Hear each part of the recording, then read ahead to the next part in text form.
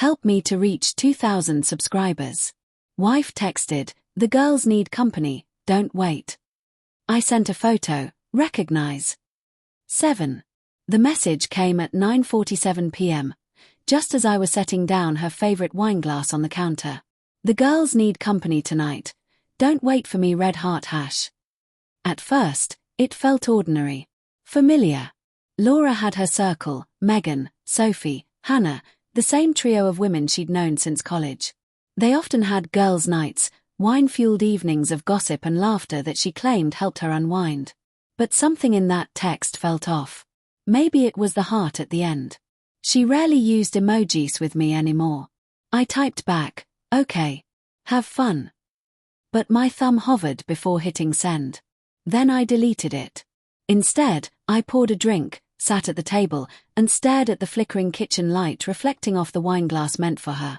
An ache built in my chest, a dull, throbbing pulse of suspicion that refused to settle. The uneasy hours.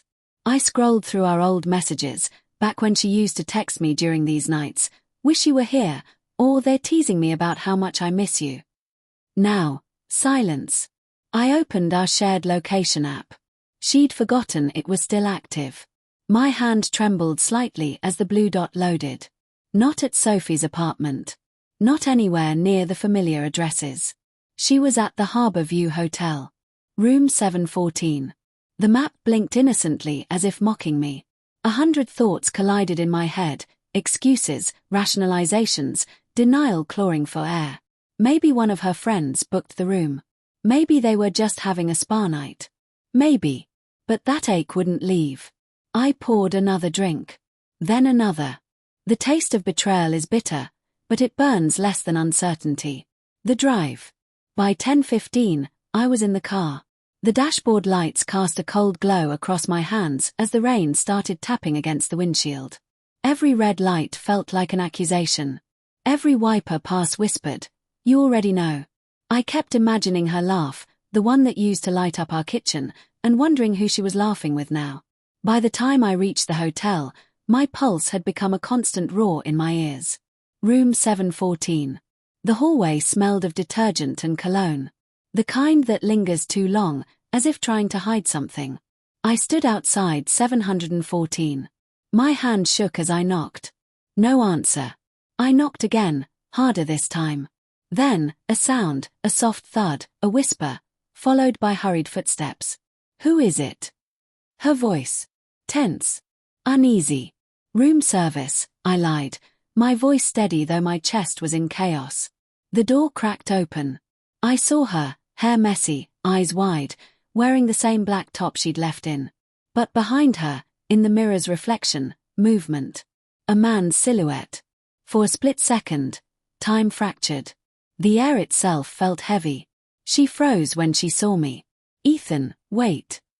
I raised my phone, snapped a photo. The flash cut through the hallway like lightning. Then I sent it to her phone. Caption, recognize. Her screen lit up with the message in real time. I watched her glance down and see it. She gasped. The man stepped forward, shirt half buttoned, eyes darting between us.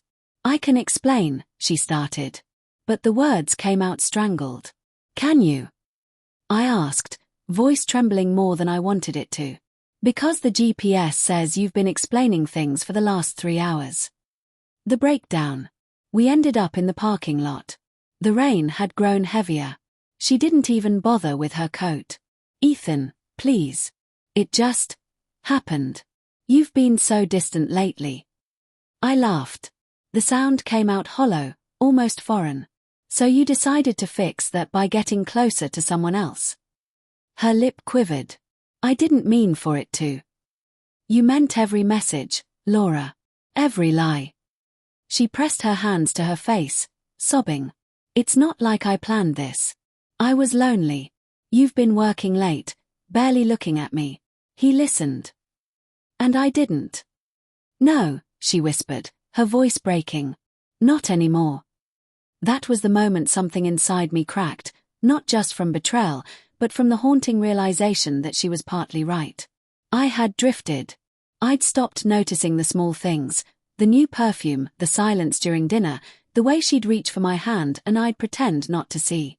Love doesn't die in explosions. It rots quietly, one ignored touch at a time. But still, she could have told me. We could have fought for us. Instead, she chose him. The twist.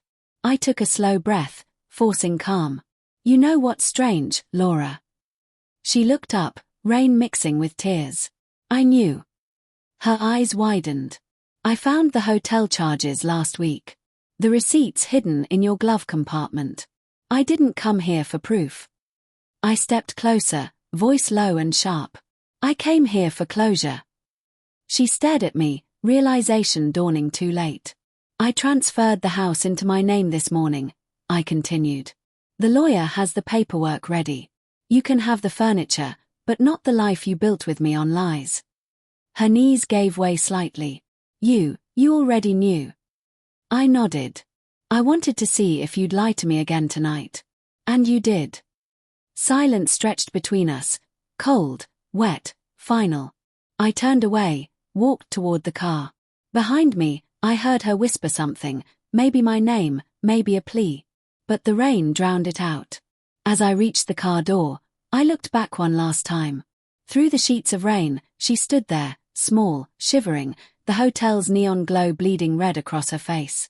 The same color as the heart she'd sent me earlier. The aftermath. I didn't drive home right away. I sat in the car, watching the raindrops race down the windshield like fractured memories. My hands shook, not from anger, but from grief. Not just for what she'd done, but for everything we'd let slip away before that. Sometimes betrayal isn't just the breaking of trust. It's the final confirmation that something beautiful had already been dying long before the lie. As I started the engine, my phone buzzed. Another text from her. Ethan, please don't do this. We can fix it. I stared at it for a long time. Then I typed one word back. 7. That was the number of years we'd been married.